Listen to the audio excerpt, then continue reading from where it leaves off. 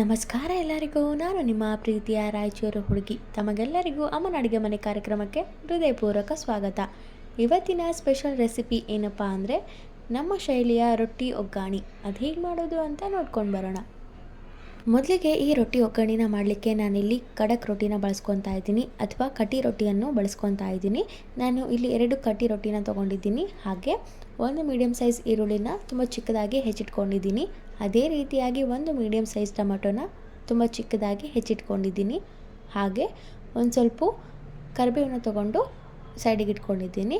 ಅದಾದಮೇಲೆ ಮತ್ತೊಂದು ಕಡೆ ಒಂದು ಕಡಾಯಿನ ಕಾಯಲಿಕ್ಕೆ ಇಟ್ಟಿದ್ದೆ. ಆ ಕಡಾಯಿ ಇನ್ನೇನು ಕಾದಾಗಿದೆ ಅಂದಮೇಲೆ 1 ಟೇಬಲ್ ಸ್ಪೂನ್ ಅಥವಾ 2 ಟೇಬಲ್ ಸ್ಪೂನಷ್ಟು ಎಣ್ಣೆನ ಹಾಕ್ಕೋಬೇಕು. ಎಣ್ಣೆ ಇನ್ನೇನು ಕಾದಾಗಿದೆ ಅಂದಮೇಲೆ ಒಂದು ಸ್ವಲ್ಪ ಜೀರಿಗೆ, ಸ್ವಲ್ಪ ಸಾಸಿವೆನ ಹಾಕ್ಕೊಂಡು ಅದು ಚಟಪಟ ಅನ್ನೋವರೆಗೆ ಅದನ್ನು ಫ್ರೈ ಮಾಡಬೇಕು. ಅದಾದಮೇಲೆ ತೆಗೆದಿಟ್ಟಿರುವಂತಹ ಕರಿಬೇವನ್ನ ಹಾಕ್ಕೊಂಡು ಅದು ಸ್ವಲ್ಪ ಫ್ರೈ ಆದಮೇಲೆ ನಾವು ಮುಂಚೆನೇ ಏನು ಹೆಚ್ಚಿಟ್ಕೊಂಡಿದ್ವಲ್ಲ ಈರುಳ್ಳಿನ, ಅದನ್ನು ಇದೇ ಹಂತದಲ್ಲಿ ಸೇರಿಸ್ಕೋಬೇಕು.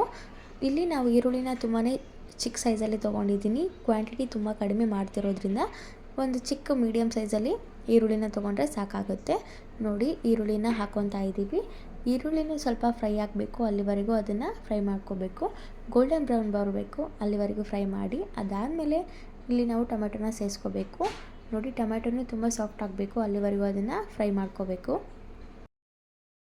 ಒಗ್ಗರಣೆಗೆ ಟೊಮೆಟೊನ ಸೇರಿಸ್ಕೊಂಡ್ಮೇಲೆ ಅದನ್ನು ತುಂಬ ಚೆನ್ನಾಗಿ ಕಲಿಸ್ಕೋಬೇಕು. ಅದನ್ನು ಕಲಿಸ್ತಾ ಫ್ರೈ ಮಾಡ್ಕೋಬೇಕು.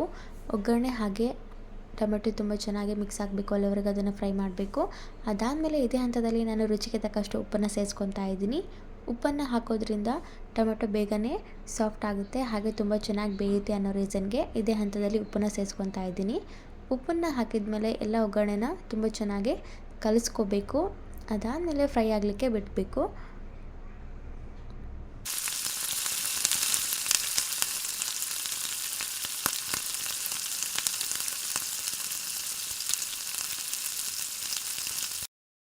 ಟೊಮೆಟೊ ಎಣ್ಣೆನೂ ಆಲ್ಮೋಸ್ಟ್ ಬೆಂದಿದೆ ಅನ್ನುವಾಗ ಇಲ್ಲಿ ನಾನು 1 ಚಿಟಿಕೆ ಅರಿಶಿಣ ಸೇರಿಸ್ಕೊತಾ ಇದ್ದೀನಿ. ಅರಿಶಿಣ ಹಾಕಿ ಅದನ್ನು ತುಂಬ ಚೆನ್ನಾಗಿ ಕಲಿಸ್ಕೋಬೇಕು. ಅದಾದಮೇಲೆ ಒಂದು ಅರ್ಧ ಟೀ ಕಪ್ಪಷ್ಟು ನೀರನ್ನು ಹಾಕ್ಕೊತಾ ಇದ್ದೀನಿ. ನೀವು ಬೇಕಿದ್ರೆ ತುಂಬಾ ನೀರು ಹಾಕಿ ಅದನ್ನು ಕುದಿಸ್ಕೋಬೋದು. ಕುದಿಸಿದ್ರೆ ಅಷ್ಟೊಂದು ಟೇಸ್ಟ್ ಆಗೋಲ್ಲ, ಅಂದರೆ ತುಂಬಾ ಮೃದು ಆಗುತ್ತೆ, ಅದು ಟೇಸ್ಟ್ ಅಷ್ಟೊಂದು ಬರಲ್ಲ.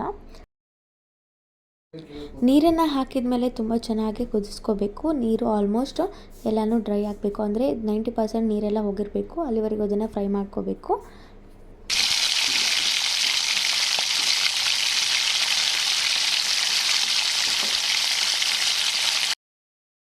ಇದೇ ಹಂತದಲ್ಲಿ ನಾನು 1 ಟೇಬಲ್ ಸ್ಪೂನಷ್ಟು ಅಚ್ಕಾರದ ಪುಡಿನ ಸೇರಿಸ್ಕೊತಾ ಇದ್ದೀನಿ.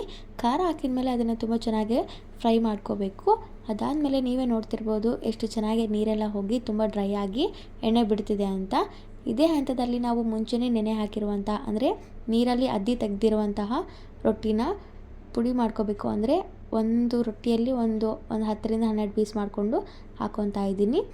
ನೋಡಿ, ಆ ರೊಟ್ಟಿ ಹಾಕಿದ ಮೇಲೆ ತುಂಬ ಚೆನ್ನಾಗಿ ಕಲಿಸ್ಕೋಬೇಕು. ಮಸಾಲೆ ಹಾಗೆ ರೊಟ್ಟಿ ತುಂಬ ಚೆನ್ನಾಗಿ ಹೊಂದ್ಕೋಬೇಕು, ಅಲ್ಲಿವರೆಗೂ ಅದನ್ನು ಕಲಿಸ್ಕೋಬೇಕು. ಈ ರೆಸಿಪಿ ತುಂಬಾ ಚೆನ್ನಾಗಿ ಬಂದಿತ್ತು, ಟೇಸ್ಟ್ ಕೂಡ ತುಂಬಾ ಸಖತ್ತಾಗಿರುತ್ತೆ. ಒಮ್ಮೆ ನೀವು ಟ್ರೈ ಮಾಡಿ ನೋಡಿ.